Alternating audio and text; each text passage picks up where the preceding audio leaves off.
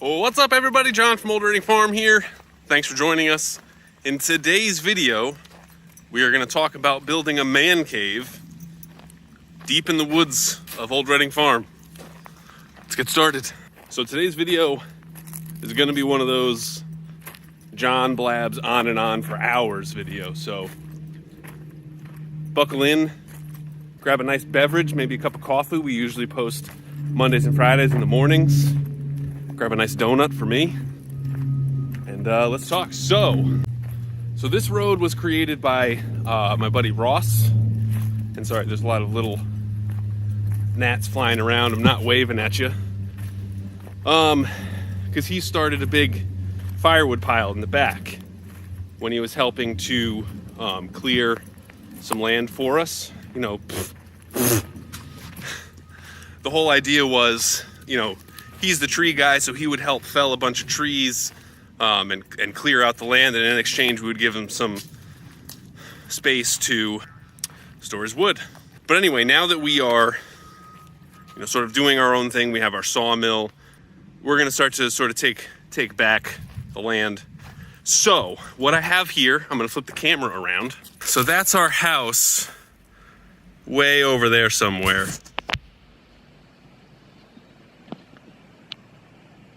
Somewhere over there. Anywho, so you come down this road, we have our hay stored over here. This is the mess I left when I cut down that white oak tree to build our deck. And here is where the man cave is going to be. So you come in right through here, through these maple and oak trees. So, this is the seed pod from a tulip poplar tree. That's pretty cool. That's what I believe is from a tulip poplar tree, which you'll see I have a bunch of logs for them over here.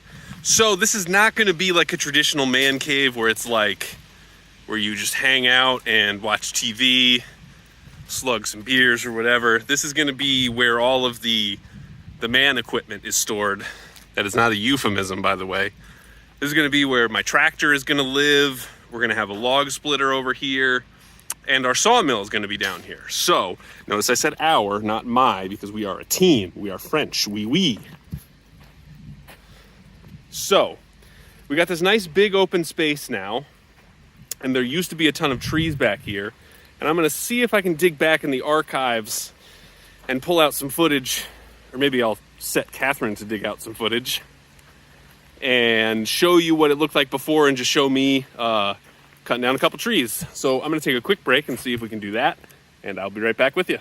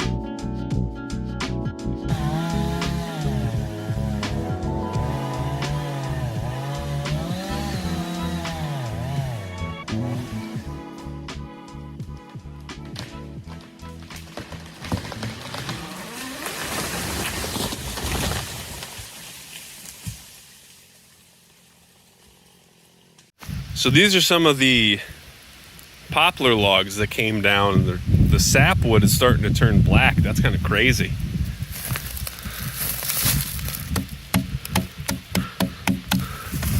Anywho, so like I said, we're gonna have firewood, we're gonna have tractor, we're gonna have sawmill. And now, in addition to the sawmill, we're gonna need a couple things. We're gonna need log storage, which I think is gonna be right there. And we're gonna need a place to store wood to dry it. Now, I don't think that's gonna be a necessary thing all the time, but once we finish out like a whole bunch of these projects that we have, I mean, how many times have I said that before? But once we finish some of these projects, I would like to try to sell some wood. And I think to get it to air dry, that would be nice. So that it would be nice to have like just a spot to store the wood. So here's the plan. So I'm gonna walk you through our plan. My plan, our plan, wee.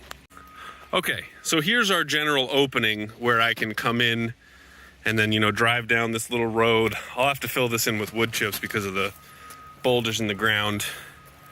But then you can see those T-posts.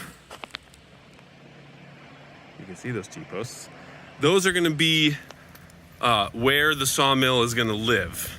So it's gonna be somewhere in between there. Now, maybe we'll go look at our sawmill later, but so basically I'm gonna have some posts in the ground and then some rails going horizontally to hold the sawmill, because right now it's just in a temporary location and it's kind of rickety, so I don't want that. And then the T-posts note where we're gonna have like a shed. So I'll have like, big tall posts and then a roof covering it just to protect it from the elements, but also let air in there to circulate. And then I think what's gonna happen is, so we'll have log storage here, and I'll probably build up again a couple posts and some rails to just get those off the ground. Because you have wood on the ground for too long, you're gonna start getting bugs. And I'm not sure if that black stuff is just mold from the moisture being released or if it's bugs. But anyway, so I'll have the storage here so that I can come in with the tractor, pick it up with the forks, and then just back up, turn a little bit, and then be able to put it right on top of the mill.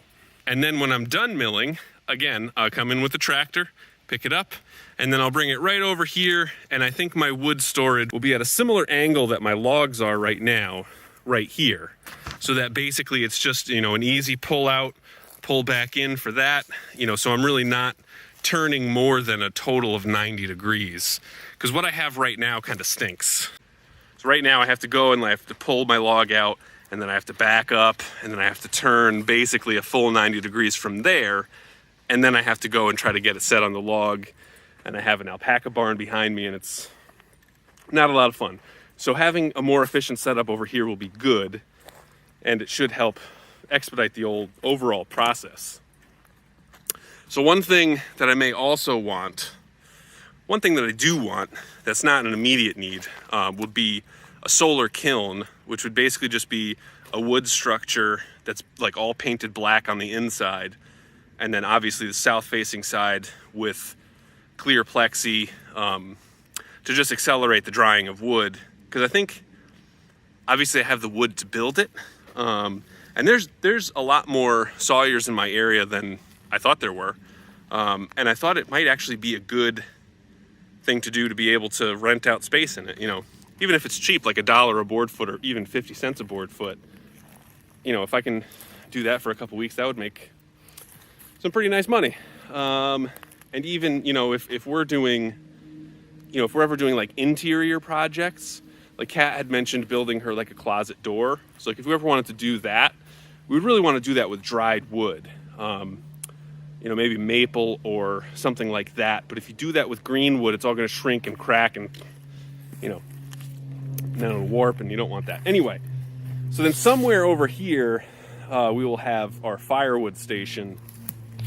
And I'm not exactly sure what that's going to look like yet, but, we have all this open space, and during the morning, sun comes up right over there, and this whole spot is flooded with sunlight. So I'd like to be able to get some stacks of firewood over here and have the sun dry them. And that's pretty much it for that. One of the things that I feel like I can probably make some money on is firewood, and I'm gonna try my hand at that. What else? Then we're gonna have some tractor storage, which I believe is gonna be somewhere over here. So that basically, so again, here's our entrance. Come in here. Down that way is the sawmill area. So we'll have log storage, sawmill, and then like wood storage. And then maybe either in the back or somewhere over here, we could have the solar kiln. And then I think right about here is where we'll have tractor storage. And what I really want is just something simple. Because obviously, the place that sold me my tractor told me that they store their tractors outside. And I mean, they're heavy duty equipment. They're meant to be outside. But I think You know, the longer something stays outside, obviously the paint's gonna fade, more apt to rust, all those things. Better for it to be inside or at least covered. And so I want to be able to give not only the tractor, but now that we have, you know, a lot of, what's the word, like mechanical attachments for it. So we have the post hole digger, we have the backhoe, and we have the stump grinder, all of which have mechanical parts. You know, the rake is really just 2 pieces of metal. So if it rusts, it'd take a lot of rust for that to rust away. But since all the other things have moving parts, you know, you really want that stuff to be protected from the elements. So we have them under tarps right now, but it'll be nice to have them with a nice place to keep them out of the rain, keep them out of the snow, just keep them safe. So that'll be right over here. So that way everything's sort of in, you know, one centralized location, because my tractor stuff is kind of peppered throughout the property from wherever I'm done using it at the time being. So in the future, this will be nice.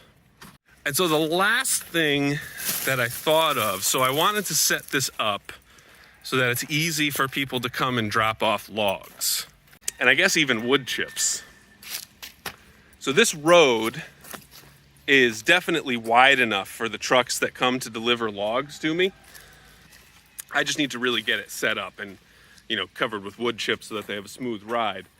But so right now all of our wood chips and our logs are stacked way up there. And so, you know, I have to go and I have to pick one at a time up if I want to move them down to my sawmill now. So it would be nice, and I have sort of planned out for this so that a truck can come in, he'll drive straight in, and they're going to come basically straight at this tree right here,